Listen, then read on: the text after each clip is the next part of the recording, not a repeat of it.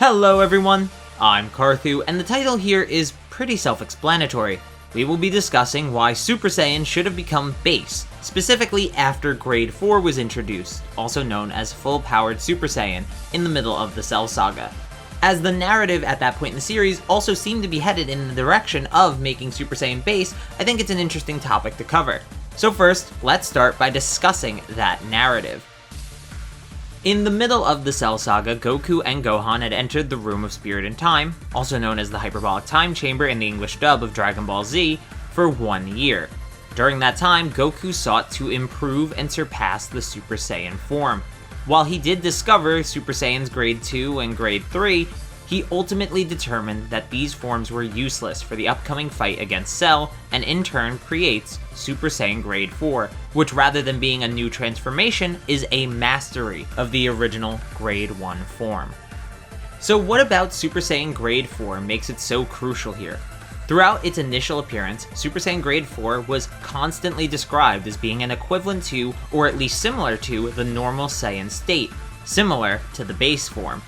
This is even more accentuated during the 9 days of peace between exiting the Room of Spirit and Time and the Cell games. Goku and Gohan are always in their Super Saiyan state regardless of what they are doing.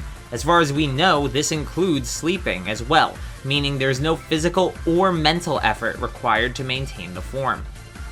So it's clear that in all aspects, the Super Saiyan form has become more like base than a transformation, which was the ultimate goal Goku wished to achieve in the Room of Spirit and Time. Now, with the rage and unrest gone, the form should be super easy to access, maintained at all times that aren't unconsciousness and death, and presumably requires no strain whatsoever when transforming.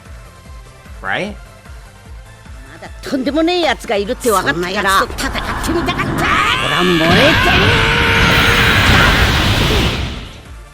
What happened?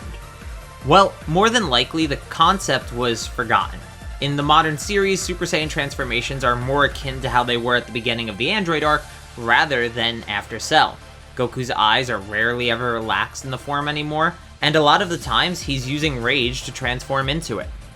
So what should have happened?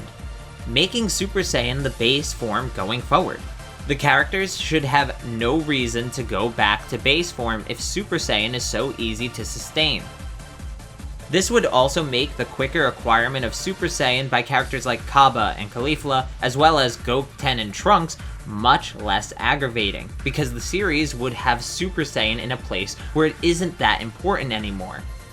Take one of the examples I played earlier, Gohan transforming into Super Saiyan against Tagoma, which shows Gohan struggling to transform into a form that should feel exactly like his base form and be just as easy to maintain.